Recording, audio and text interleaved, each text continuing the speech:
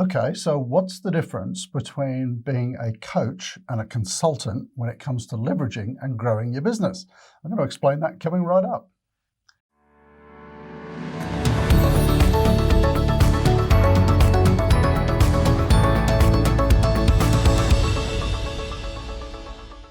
Okay, so on another one of my videos, and I'll put the link up here, I talk about the sort of key differences between being a coach and a consultant. But there's some very different or significant differences between the two when it comes to leveraging and growing your business. Now, of course, this channel, as I've explained earlier, is all about consultants. So kind of business to business consulting, traditional management consulting. I don't really touch on coaching. That's kind of not what I do. But let's see if I can help you a little bit with the differentiation between the two. So let's do a good old consultants 4-box matrix here. And one of the key differences between coaching and consulting, in my mind at least, is that the coach is really working for or with an individual. So let's put the coach down at this end. The consultant is really working for results for a business. So for example, with all of my consulting clients, I'm working with teams of people. There might be a project sponsor, but typically there are 4 or 5 people in the team that we're working with, and collectively we are trying to improve the situation for the business. As a coach, you're working with an individual. Very often that will be a small business owner, or it might be an senior executive in a business, but you're working with that individual on their performance. Okay, so what we're trying to do then is think about different ways of leveraging the business. Now, where I think a lot of the confusion arises, and I'm a member of a few different consulting communities online, where I think people get confused between the two is that leveraging a coaching business and a consulting business is quite different. So here, with the coaching business, what generally happens is that you are working one-on-one with a business owner or an executive. Here, I'm working with a team within the business, the client business. If you then want to grow your coaching business, you basically need to bring on more coaches because you're selling time. So we want more coaches here. And over here, if you're starting off management consulting on your own, you're going to have to start getting more consultants. If you want to grow the business and improve the revenue line, things then start to depart a bit here because most coaches don't start hiring extra coaches. What they do is they move into a one-to-many model. And this is where it's quite different to consulting. So with a one-to-many model, you stop doing individual coaching and you start doing group coaching. So this you've probably come across in seminars where coaches are selling their programs, and it could be an online program where lots of people are registering. It could be weekly conference calls, video calls, where a group of the coach's clients are together.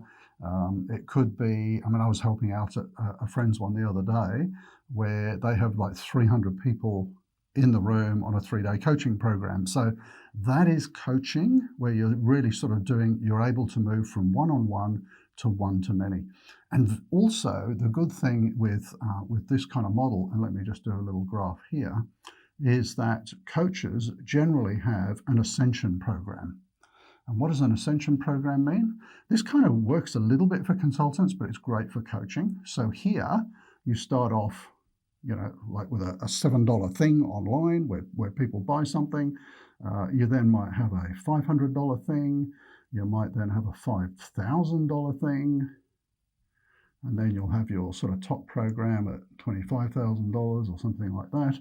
And people learn about you, they learn to trust you, they like your content, your teaching, and then gradually they're sort of building up and you have your top tier of platinum clients or whatever.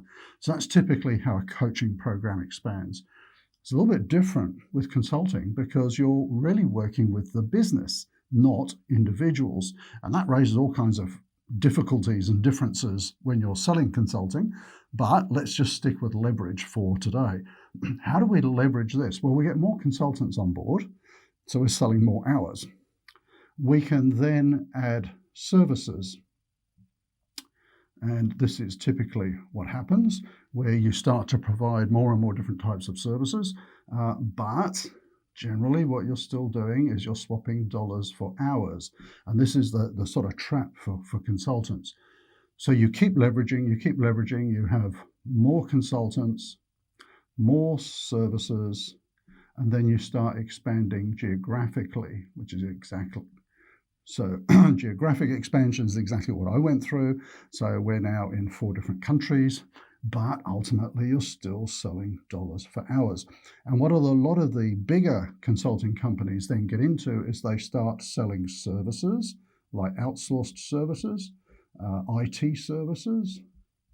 They start selling software, and that's the thing that kind of breaks the mold and gets them away from just selling hours.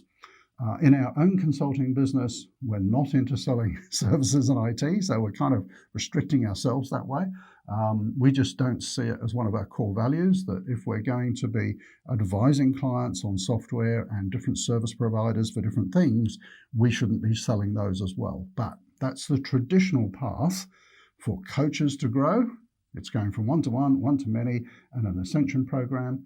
And for consultants to grow, it all starts really with bringing on extra consultants, broadening your services, broadening the geography. And then if you want to get into the big time, it's about selling services and software, non-time-based products and services. That's what it's all about. We do break that mold a little bit because we're not selling software and services, but we do sell online tools and benchmarking and things like that. So that breaks away from this sort of time-based income, which is the absolute killer for consultants.